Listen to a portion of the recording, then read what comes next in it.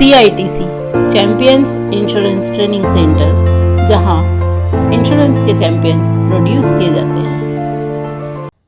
IRDAI IC38 exam new syllabus. CITC Champions Insurance Training Center has developed this course material for insurance applicants appearing for IC38 examination based on revised syllabus IC38 prescribed by Insurance Regulatory and Development Authority of India।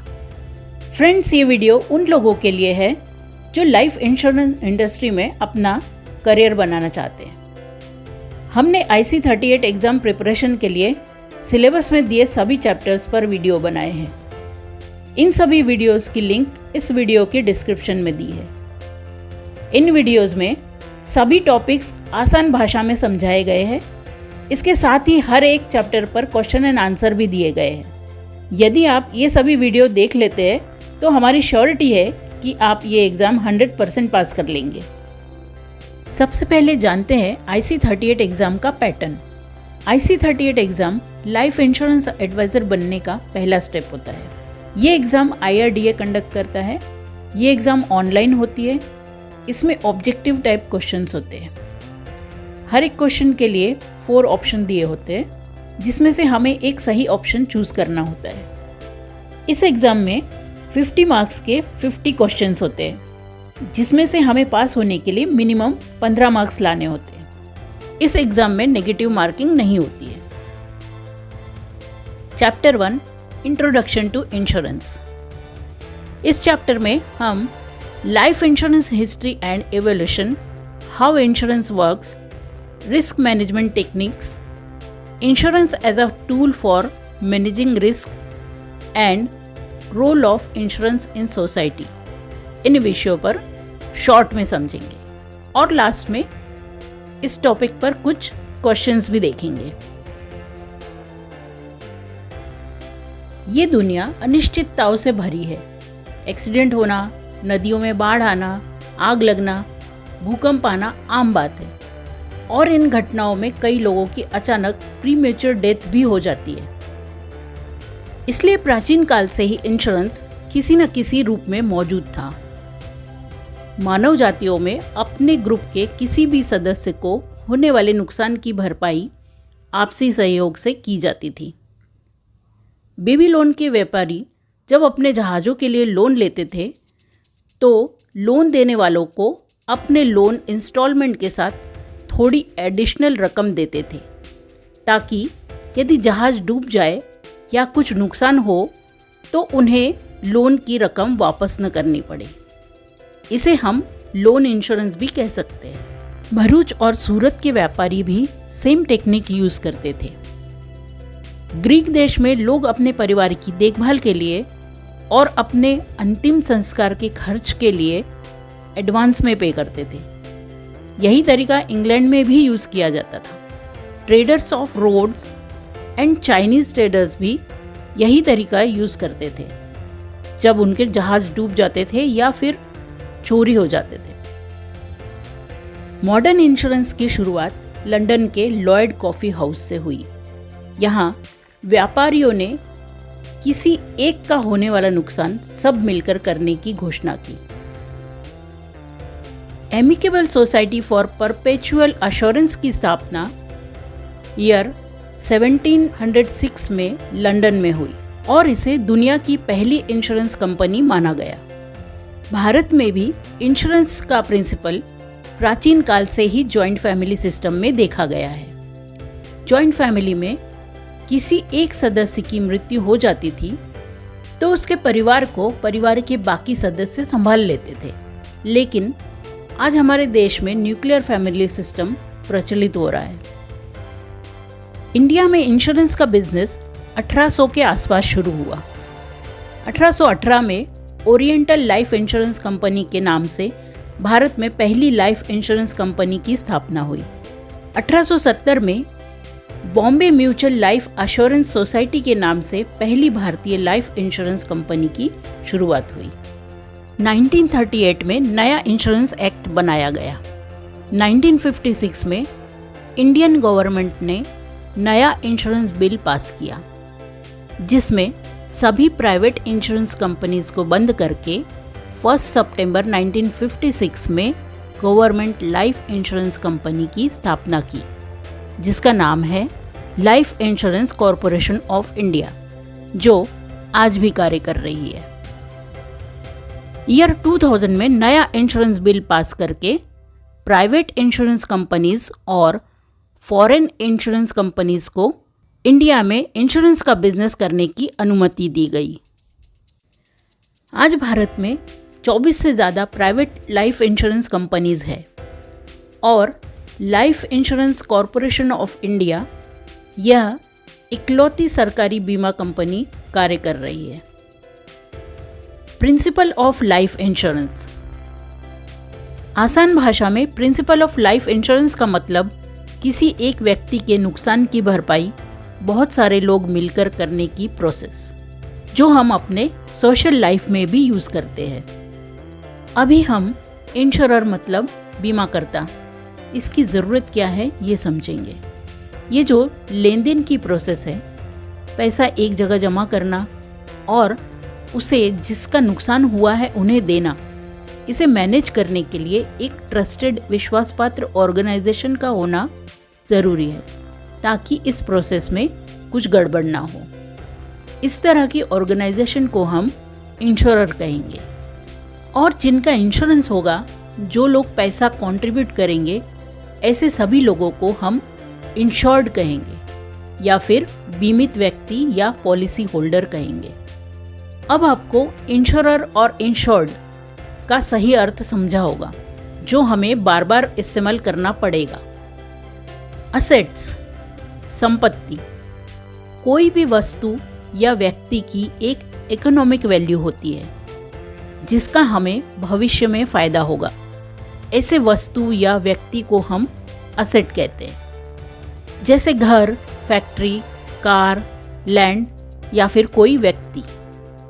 मतलब asset जो है वह physical, non physical और personal भी हो सकते हैं। Assets productive and income generating होते हैं, जैसे machine can manufacture biscuits, cow gives us milk. ये दोनों ओनर को इनकम जनरेट करके देते हैं।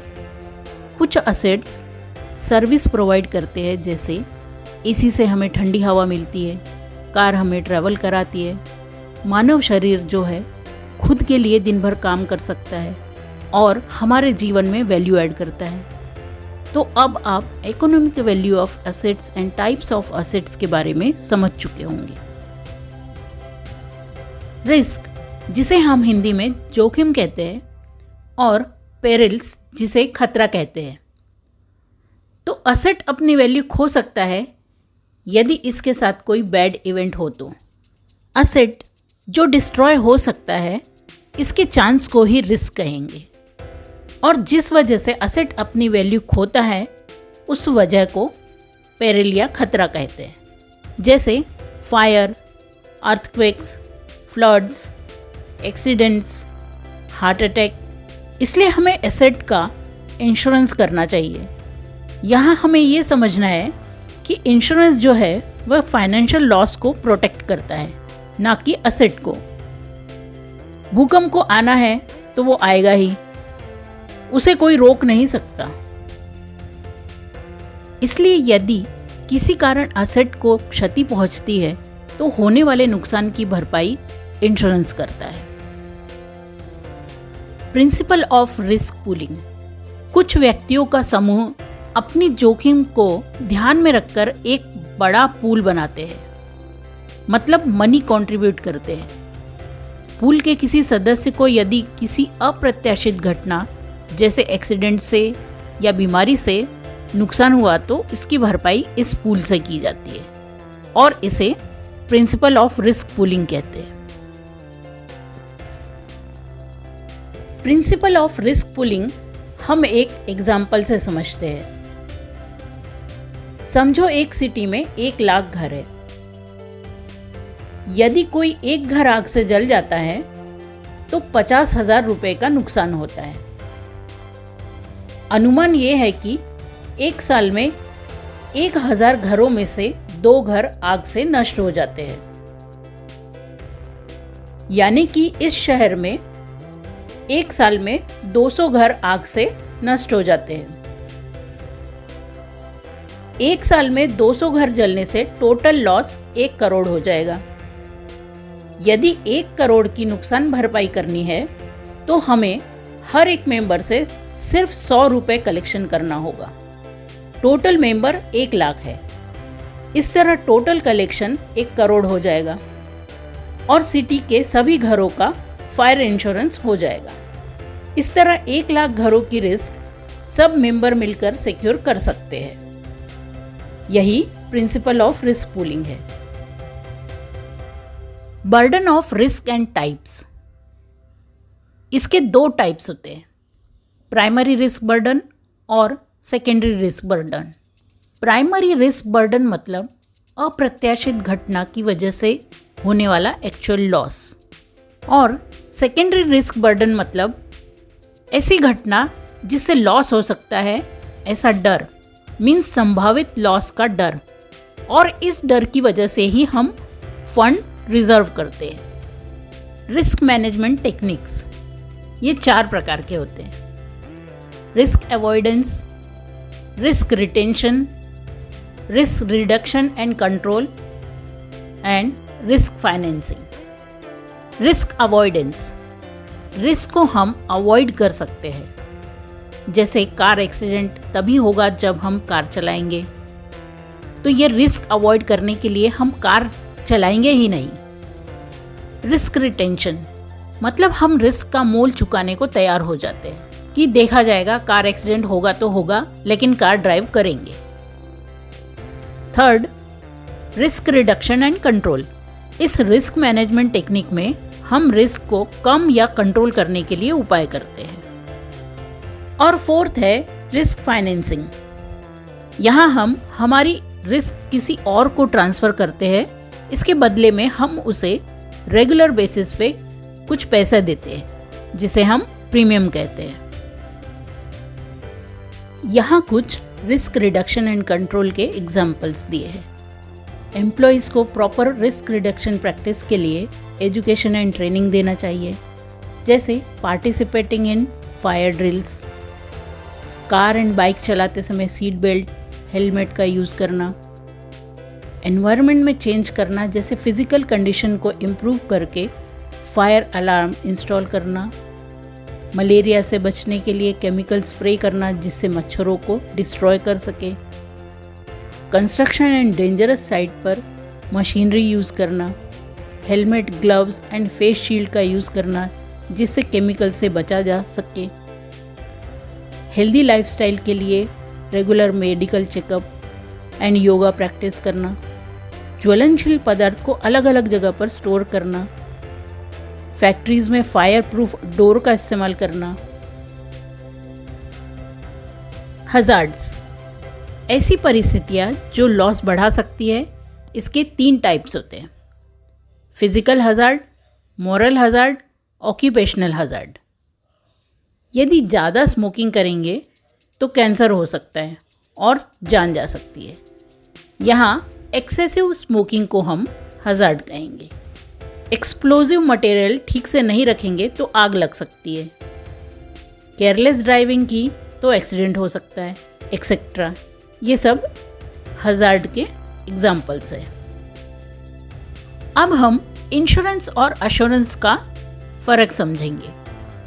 जनरल इंश्योरेंस में वस्तुओं का इंश्योरेंस होता है और लाइफ इंश्योरेंस में मानव का। जनरल इंश्योरेंस कॉन्ट्रैक्ट में कितना लॉस हुआ है ये घटना होने के बाद पता किया जाता है और उतने ही लॉस की भरपाई की जाती है। लेकिन लाइफ इंश्योरेंस कंपनी पहले से ही एक अमाउंट डिसाइड करती है जो डेथ होने के बाद दी जाती है। सो जनरल इंश्योरेंस में लोग इंश्योरेंस शब्द का यूज़ करते हैं और लाइफ इंश्योरेंस में एश्योरेंस शब्द का यूज़ किया जाता है। Role of insurance in society. Insurance company से देश की आर्थिक परिस्थिति में सुधार होता है। लोगों को और बिजनेस को इंश्योरेंस कवर मिलता है। हमारी गवर्नमेंट कुछ योजनाएं चलाती है, जैसे प्रधानमंत्री जीवन ज्योति बीमा योजना, प्रधानमंत्री सुरक्षा बीमा योजना, प्रधानमंत्री फसल बीमा योजना, प्रधानमंत्री जन आरोग्य योजना, प्रधानमंत्री वय वंदना योजना और अटल पेंशन योजना। इन योजनाओं में से प्रधानमंत्री जीवन ज्योति बीमा योजना लाइफ इंश्योरेंस योजना है। दोस्तों, अभी हम कुछ क्वेश्चंस लेने वाले हैं। जैसे फर्स्ट है, which among the following is the regulatory body for the insurance industry in India. इसके ऑप्शंस है, फर्स्ट है insurance authority of India, second है insurance regulatory and development authority of India, third है life insurance corporation of India, fourth है general insurance corporation of India. इसका correct answer है insurance regulatory and development authority of India. Next question है, which among the following is a method of risk transfer.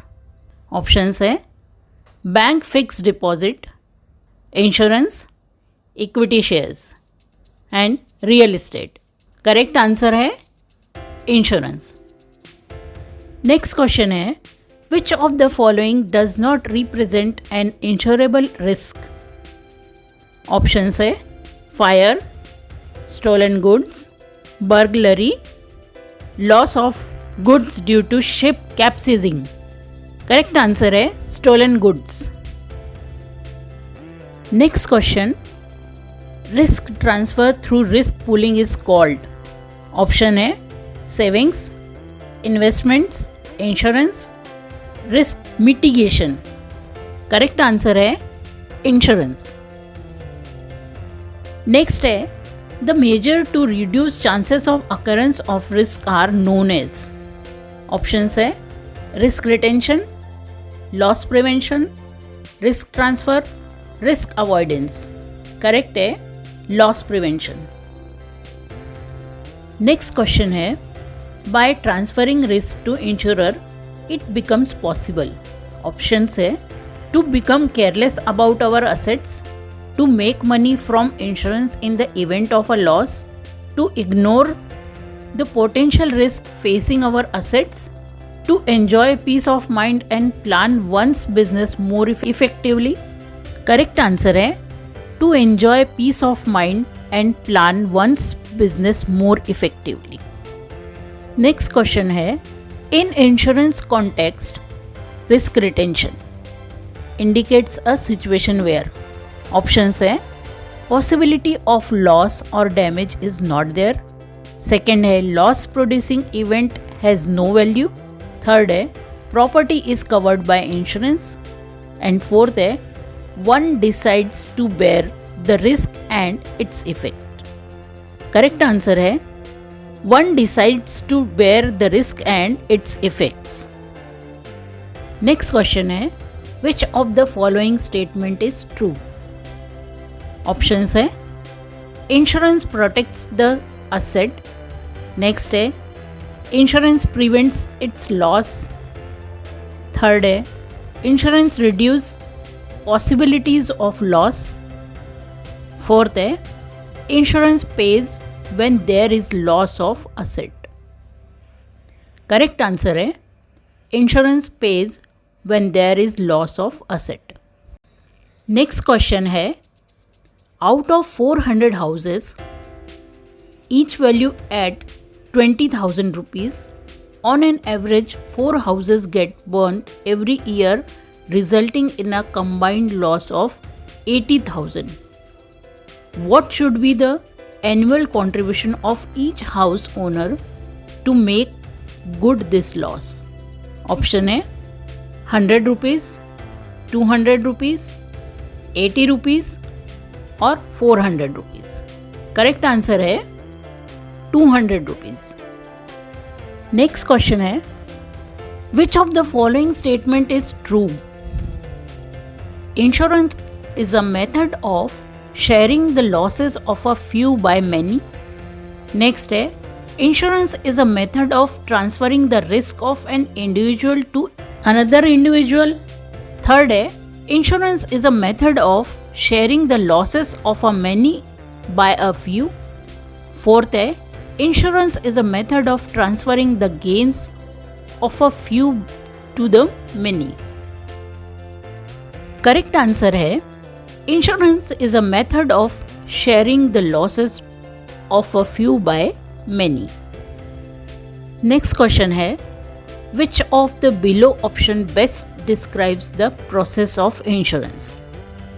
Option है sharing the losses of many by few. Next है sharing the losses of few by many.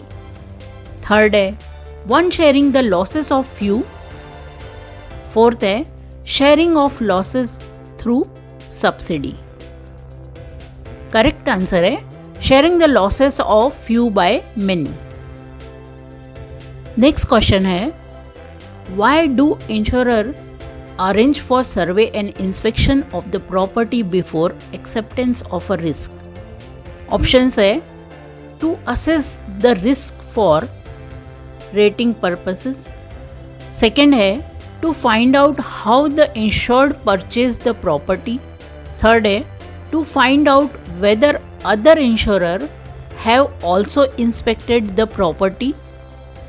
Fourth है to find out whether neighboring property also can be insured. इसका correct answer है to assess the risk for rating purposes.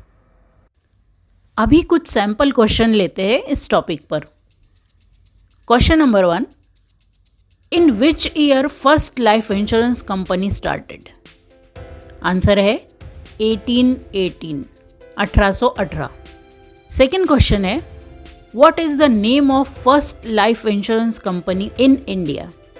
Answer है Oriental Life Insurance Company. Third question है What is the name of first Indian life insurance company in India? इसका answer है Bombay Mutual Life Assurance Society. Fourth question है IRDAI long form क्या है? Answer है Insurance Regulatory and Development Authority of India. Next question है which among the following is a secondary burden of risk? Options है business interruption cost, second goods damage cost, third setting aside reserves as a provision for meeting potential losses in the future, fourth है hospitalisation cost as a result of heart attack. Correct answer है setting aside reserves as a provision for meeting potential losses in the future. Next question है which among the following scenarios warrants insurance?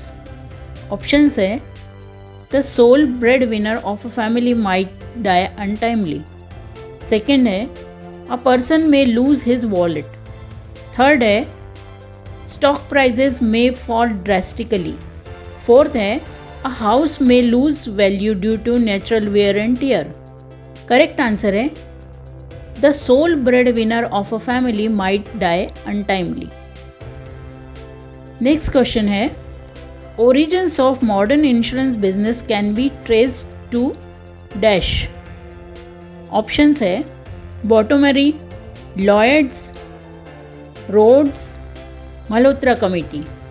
Correct answer है Lloyds. Thank you for watching this video.